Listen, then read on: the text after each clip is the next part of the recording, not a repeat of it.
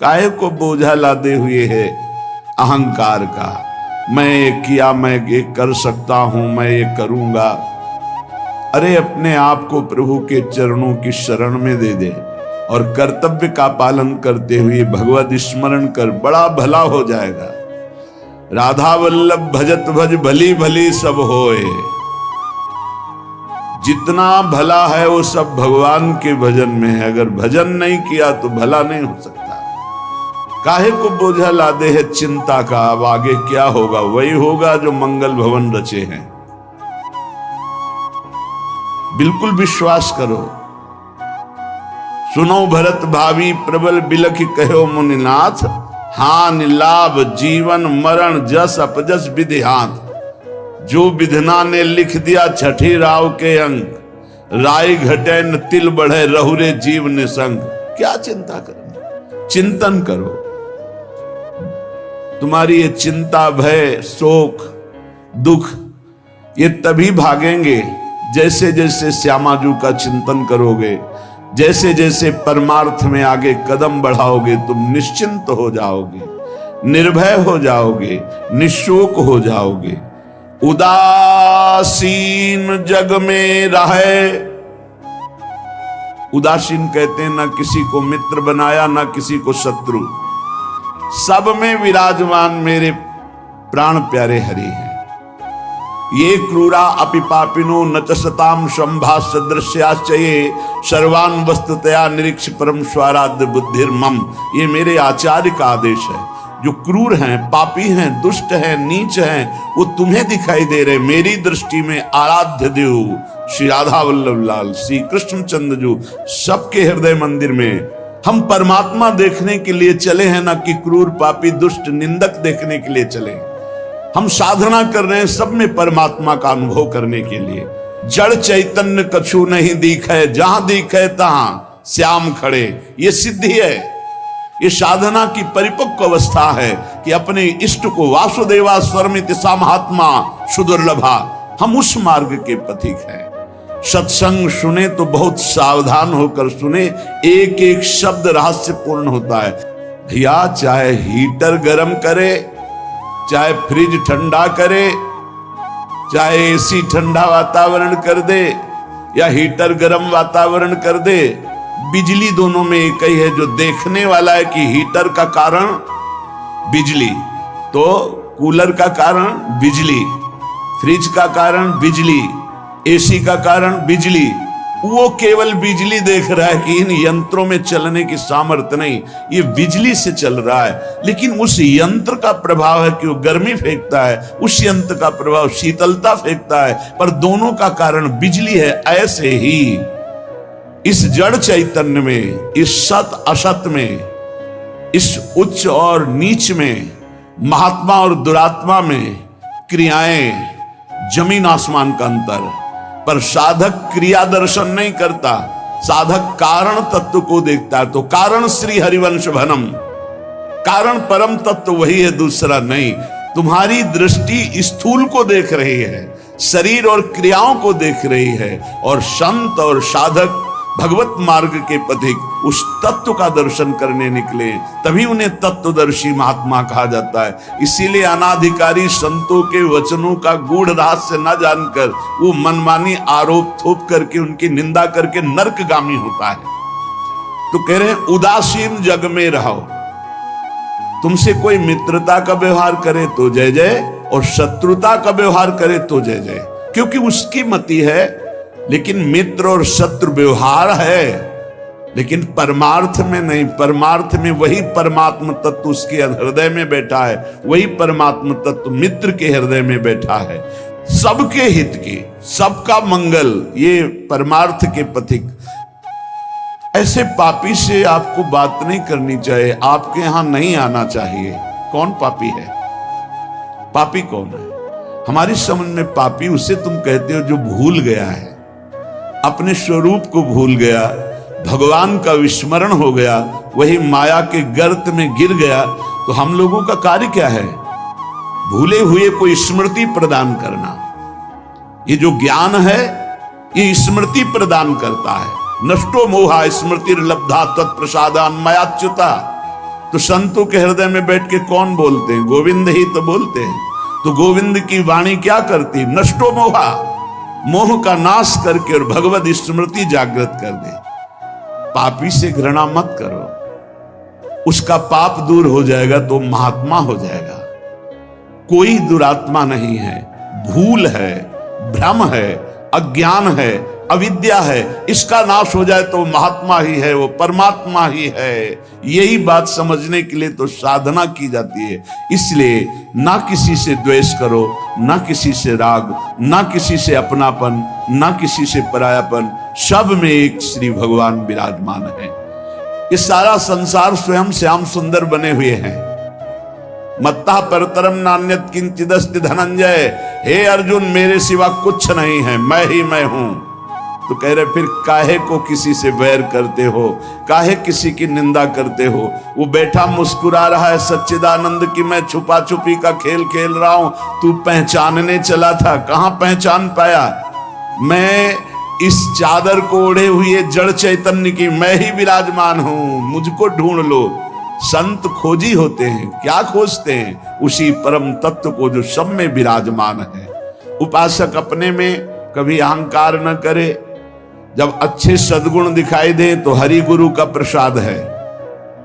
अपने से गलती हो जाए तो उसे भगवान की इच्छा ना माने, ये हमारा अज्ञान है, हमारी गलती, हमारा दोष है, और उस दोष का प्रायश्चित करे, दंड दे, क्षमा ना करे। दूसरों को भले क्षमा कर दे, अपने मन को क्षमा ना करे।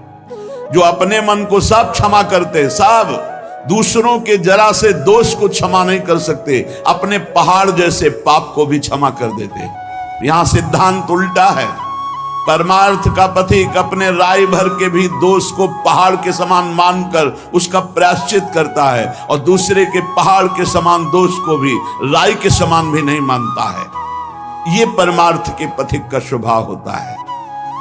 हमारे से अच्छा बन गया श्री गुरुदेव की कृपा, श्री लाडली जी की कृपा। बुरा हो गया ये मेरी गलती, मेरी वासना है, ये मेरा अहंकार है कहीं जो मेरे से गलती करवा दिया।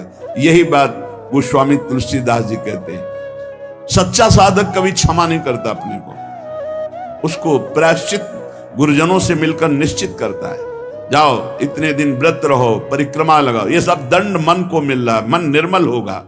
अपने पापों को तो प्रायश्चित नहीं करते, दूसरे की जरा सी गलती को पहाड़ जैसा वर्णन कर देते। ये भगवान के दास नहीं होते, ये भगवत विमुख जन होते हैं।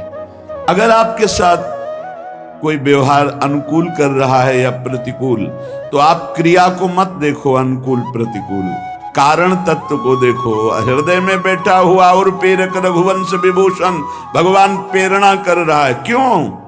क्योंकि मुझे वह अनुकूल प्रतिकूल से ऊपर उठाना चाहता है। इसलिए अनुकूल प्रतिकूल परिस्थिति सांसारिक पुरुष को हर्ष या शोक देती है, लेकिन भक्त को या भगवत मार्ग के पथिक को नहीं, क्योंकि वो कारण तत्व को देखता है। तब ये तिरस्कार, अपमान, निंदा देते हैं। जिसको प्रभु अपना लेते हैं उसके जीवन में जरूर कृपा करके आते हैं। तिरस्कार, अपमान, निंदा क्यों? क्योंकि इसका एक चिपकाव का स्वभाव है। कोई जरा सा प्यार करे बस वो मान लेता है ये मेरा। कोई वस्तु अच्छी लगी, चिपक गया, बस उस वस्तु को, इसके बिना मैं नहीं जी सकता।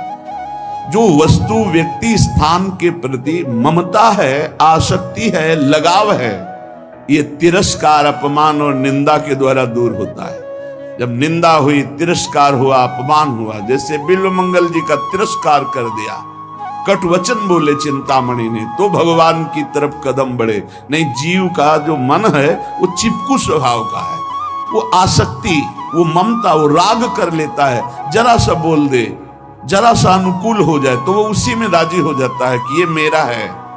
प्रभु ऐसा होने नहीं देते, बड़े कृपालु हैं, अपने जन को फंसने नहीं देते। इसलिए वहां से प्रतिकूलता दिलाते, तिरस्कार दिलाते, कटु वचन दिलाते, तो वो फिर चैतन्य होता है। अरे नहीं, इस जगत में कोई नहीं, हरि के सिवा मेरा कोई, फिर हरि की तरफ भागता है। तो कह रहे कि ऐसी भगवान की अहेतुकी कृपा है कि जब जीव को भगवान अपनाते हैं तो तिरस्कार, अपमान, निंदा देते हैं। घबराओ मत, उतना ही देंगे जितने में तुम परिपक्व हो जाओगे। तुम्हारा पतन नहीं हो सकता। तुम इतना दुखी नहीं हो सकते कि परमार्थ छूट जाए। ए भाई, जिनको मिल गया हो तो छोड़ना मत कि पड़ोसी ठीक नहीं है, व्यवस्था ठीक नहीं है, कोई सेवा करने वाला नहीं। एक सोच बनी रहती है उपासकों के अंदर। बहुत पहले की बात है और अब भी वर्तमान में कुछ साधकों में हो सकती है। उसके निवारण के लिए हम प्रार्थना करते हैं। एक बार एक साधक ने कहा कि महाराज जी, आप हो तो हमारा जीवन आपके शासन से सही चल रहा है। कल जब आप नहीं होंगे तो आपका शासन नहीं होगा। आज उसका समाधान सबके लिए कह रहे हैं, जिन साधकों के अंदर है। आप किसी मनुष्य की शरण में हो क्या? पहला हमारा प्रश्न है उन साधकों से जिनके हृदयों में ये बात है कि अगर सामने से ये शरीर चला जाएगा तो हमारी साधना बाधित हो जाएगी, हम एक असहाय, असमर्थ, अनाथ हो जाएंगे। तो हम ये पूछना चाहते हैं, आप पांच भौतिक शरीर के शरणागत हुए हैं क्या? तो उत्तर आएगा नहीं, क्योंकि कोई शरीर का शरणागत नहीं होता है। शरीर परिवर्तनशील, नाशवान, प्रतिपल नष्ट हो रहा है। आप किसकी शरणागत हो? आप उस चैतन्य घन की शरणागत हो जो सर्वलोक महेश्वर है। वही गुरु है, वही परमात्मा है और वही चराचर जगत में व्याप्त है। क्या वो त्रिकाल में तुमसे कभी अलग हो सकता है? और एक हम ज्ञानेश्वरी टीका जो श्रीमद् भगवत गीता जी की और श्रीमद् भागवत की कुछ की है, उसकी बात पढ़ करके उन्होंने कहा कि जब हम किसी सदगुरुदेव का वर्ण करते हैं तो सदगुरुदेव का सूक्ष्म स्वरूप हमारे हृदय में आके बैठ जाता है। और जब तक हम जीवन मुक्त नहीं हो जाते तब तक गुरुदेव भी जीवन मुक्त नहीं होंगे। कौन से गुरुदेव? जो आपके दिमाग में बैठ गए, आपके अंदर बैठ गए। एक शरीर है और एक तत्व है, और तत्व सशरीर तुम्हारे अंदर समा गया है। अब देखो, महाराज जी ने बात कही थी, तो महाराज जी सामने दिमाग में है और उनकी बात सामने है। ये पूरे जीवन तुम्हारी रक्षा करेगी। और भरण पोषण ना कुछ हमारा था, ना है, न रहेगा। प्रभु हमारे हैं, प्रभु का सब कुछ है, प्रभु का सब कुछ था और वही सब कुछ करते रहेंगे। तुम निष्ठावान बनो, तुम अलग से भुवन रचना कर देंगे तुम्हारे लिए भगवान। एक छोटे मोटे स्थान की बात क्या, अलग से तुम्हारे लिए भुवन रचना कर देंगे। यदि गुरु निष्ठा वाले हो तो विश्वास कर लेना, पहले तुम्हारा विश्वास का परीक्षण होगा और परीक्षा में पास हो गए तो भुवन के भुवन तुम्हारे कर देंगे। अनंत ब्रह्मांडों के मालिक हैं।